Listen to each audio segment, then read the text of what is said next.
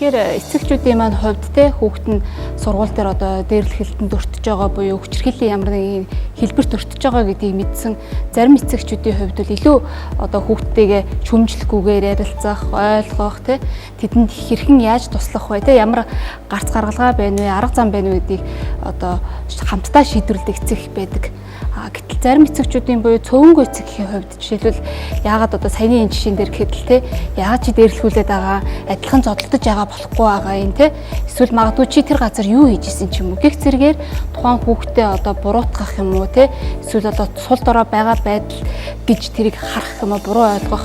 ийм үнцэг бас байгаа. Тийм учраас эцэгчүүд маань аль болох те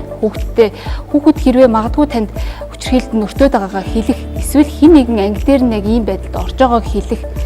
эсвэл тухайн хүүхэд одоо хичээл сургандаа муудах хичээлдээ явах дургүй болох за сургууль завсардах сургуулаас зайлсхийх найз нөхдөдөөсөө хөндөрөх те нийгмийн харилцаанаас өөрийгөө тусгаарлах нь магадгүй надад туслаач те бидэнд туслаач гэсэн тохио байх магадaltaй. Тийм учраас эцэгчүүд маань аль болох шүүмжилгүй сонсох, хүүхдээ ойлгох, тэгээ боломжтой бол тэ сургуулийн багш, нийгмийн ажилтан, сэтгэл зүйч нар хамтруулах зүгээр гэж үздэг. Эцэгчүүд маань болохоор утастай нэг хормыг биш хүүхдүүдийн нэг хормыг зарцуулбал ерөнхийдөө хүүхдүүд чинь үе тэнгийн дээрлэхэлт болон бусад бүх хүүхдүүдийг ерөнхийдөө энэ аюулт зүйлээс хамгаалж чадна гэдгийг хэлмээр байна.